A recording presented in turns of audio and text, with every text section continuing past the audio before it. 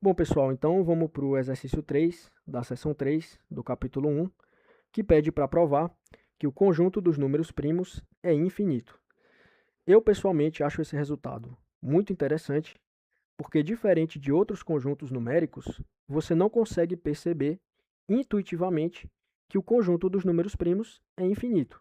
Então, se você pegar o conjunto dos naturais, por exemplo, a ideia de você sempre poder tomar um sucessor, ou seja, não importa quão grande seja o natural que você tomar, você sempre pode tomar o sucessor dele, ou seja, sempre existe um cara maior, faz com que você perceba que o conjunto dos números naturais é um conjunto infinito. Né? Você percebe isso de forma intuitiva. Né? Mas isso não acontece no conjunto dos primos. Eu poderia ter, eventualmente, um número primo que é o maior número primo de todos, e que a partir dele, todos os naturais possuem outros divisores além do 1 e deles mesmos. Mas o que o exercício está dizendo aqui para a gente é que isso não acontece, né? Que o conjunto dos números primos é um conjunto infinito. E aqui, a título de curiosidade, eu botei aqui, né, para vocês verem, que em outubro de 2024 foi encontrado o maior número primo conhecido, que é esse número aqui, que é um primo de Mersenne. Tá? Primo de Mersenne é um número primo nesse formato aqui, que é 2 elevado ao número primo menos 1. Tá? Então, esse número aqui foi encontrado por esse projeto aqui, chamado JIMPS, que é um projeto mundial que usa computadores de pessoas comuns para achar grandes números primos de Mersenne. Qualquer um pode baixar o programa gratuito para ajudar a testar números quando o computador não estiver em uso. Então você vê que é interessante, né? Você pode ajudar aí na sua casa a encontrar números primos e até o momento o maior número primo que a gente conhece é esse número aqui.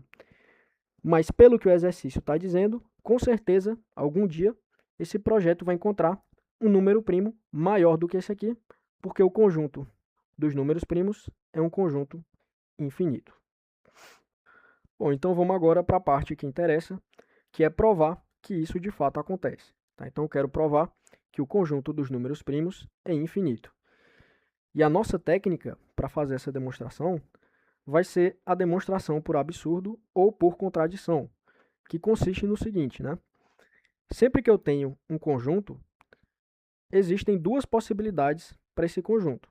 Ou ele vai ser um conjunto finito, ou ele vai ser um conjunto infinito. Né? Essas são as únicas possibilidades possíveis.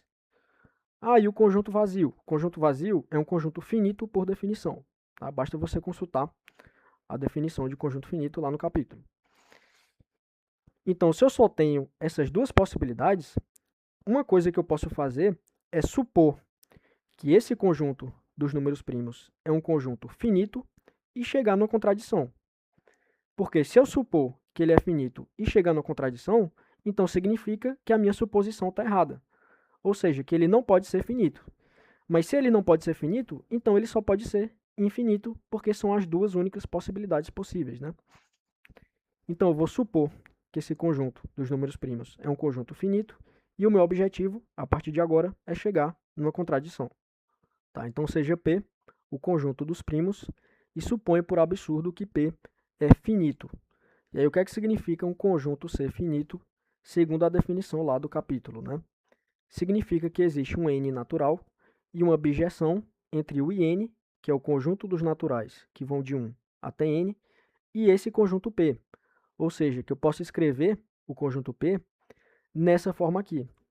Porque como eu tenho uma bijeção entre os naturais, que vão de 1 até N, e o conjunto P, então eu tenho que o 1 corresponde com o elemento do conjunto P, que aqui eu estou chamando de P1. O 2 corresponde com o elemento do conjunto P, que eu chamo de P2, e assim sucessivamente até o Pn. Tá? Então, como eu estou supondo que o conjunto P é finito, então eu posso escrever o conjunto P, que é o conjunto dos números primos, nessa forma aqui, ou seja, que eu tenho uma quantidade finita de números primos, né? Que eu tenho uma certa quantidade n de números primos. Bom, e agora eu vou fazer o seguinte, eu vou pegar esses n números primos e vou fazer o produto entre eles. E o resultado desse produto eu vou chamar de m. E veja que m é um número natural, porque como cada primo desse aqui é um número natural, e o produto entre naturais me gera um número natural, eu tenho, portanto, que o resultado desse produto aqui, que eu estou chamando de M, vai ser um número natural. E eu vou tomar também outro número natural, que é o sucessor de M, que aqui eu estou chamando de N. Tá? Então, tem um M, que é o produto de todos os primos, e eu tenho um N, que é igual a M mais 1, ou seja, o sucessor de M. E aí, pelo teorema fundamental da aritmética, que é uma coisa que você aprendeu lá no ensino fundamental, como esse N aqui é um número natural, eu tenho que ele pode ser decomposto em fatores primos. E aí eu posso escolher um desses primos, que aqui eu estou chamando de PJ, e eu posso fazer o produto dos demais, que aqui eu estou chamando de C. Tá? Então, pelo teorema fundamental da aritmética, N pode ser decomposto como produto de primos. Então, existe um J menor ou igual a N, ou seja, existe um desses caras aqui, e um C pertencente aos naturais, tal que o N pode ser escrito como C vezes PJ.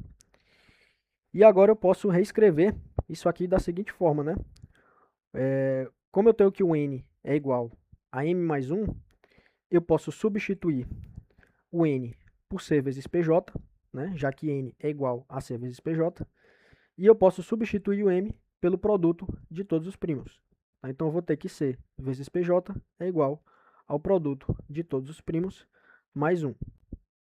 Bom, aí agora eu posso fazer o seguinte, né? Esse cara aqui que está somando, eu posso mandar para o outro membro subtraindo.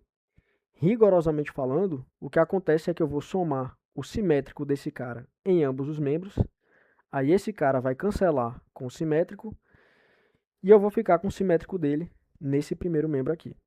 Mas numa linguagem mais informal, esse cara que está somando, eu vou mandar para o outro membro subtraindo. E aí eu vou ter, portanto, que C vezes PJ menos o produto de P1 até Pn é igual a 1. E aí você veja que aqui na escrita do produto de P1 até Pn, eu destaquei o PJ, que é aquele primo da escrita do N. E por que é que eu posso destacar esse PJ aqui, né? Porque esse PJ é um número primo. E como aqui eu tenho o produto de todos os primos, então, consequentemente, o PJ é um desses fatores. Tá? Então, eu posso destacar esse PJ aqui. E por que é que eu destaquei ele? Porque veja que agora eu tenho um fator comum. Eu tenho o PJ aqui, tenho o PJ aqui também, então eu posso colocar em evidência. E quando eu coloco em evidência, eu vou ter que PJ vezes C menos o produto de P1 até Pn, e isso aqui é um número natural. Daqui a pouco eu vou explicar para vocês por que isso é um número natural. Então eu tenho, portanto, que PJ, que é um número primo, vezes um número natural, é igual a 1. E é aí que está a nossa contradição. Tá? Por que que isso é uma contradição? Porque eu acabei de concluir que o 1 é múltiplo de um número primo. E isso é uma contradição, isso não pode acontecer. Tá? Não tem como multiplicar um número primo por um número natural e isso dá igual a 1. Tá? O 1 só é múltiplo de si mesmo. Tá? Não tem como 1 ser múltiplo de um número primo. Tá? Então aqui que está a nossa contradição. Bom, aí você poderia dizer o seguinte, né? Esse produto aqui, do P1 até o Pn, poderia ser maior do que o C. Tá? Então isso aqui me geraria um número negativo, e como aqui a gente está no conjunto dos naturais, isso seria, de certa forma, uma imprecisão na demonstração, né? Seria um erro na demonstração. Bom, mas veja que, de fato, isso aqui me gera um número natural. Porque como o n é maior do que o m, e por que o n é maior do que o m, né? Porque o n é o sucessor do m. Ele é o m mais 1. Então, ele excede o m. Como ele excede o m, ele é maior do que o m. Então, como o n é maior do que o m, eu tenho, portanto, que o C vezes PJ é maior que o produto de todos os primos, porque o n é igual a C vezes PJ, né? Então eu posso substituir nessa desigualdade aqui o n por C vezes PJ, e o m é igual ao produto de todos os primos, então eu posso substituir pelo produto de todos os primos. Aí eu posso cancelar esse PJ com esse PJ aqui, e eu vou ter, portanto, que o C é maior que o produto do P1 até o Pn. Tá? Então veja que, de fato, isso aqui me gera um número natural positivo, né? Já que o C é maior que esse cara aqui, e o C é um número natural, e esse produto aqui também me gera um número natural, então isso aqui vai me gerar um número natural positivo. Ou seja, eu teria um número primo vezes um natural positivo, dando igual a 1, e isso é uma contradição. Ou seja, eu supus inicialmente que o conjunto dos números primos era um conjunto finito. A partir disso, eu fiz uma argumentação lógica correta e cheguei numa contradição.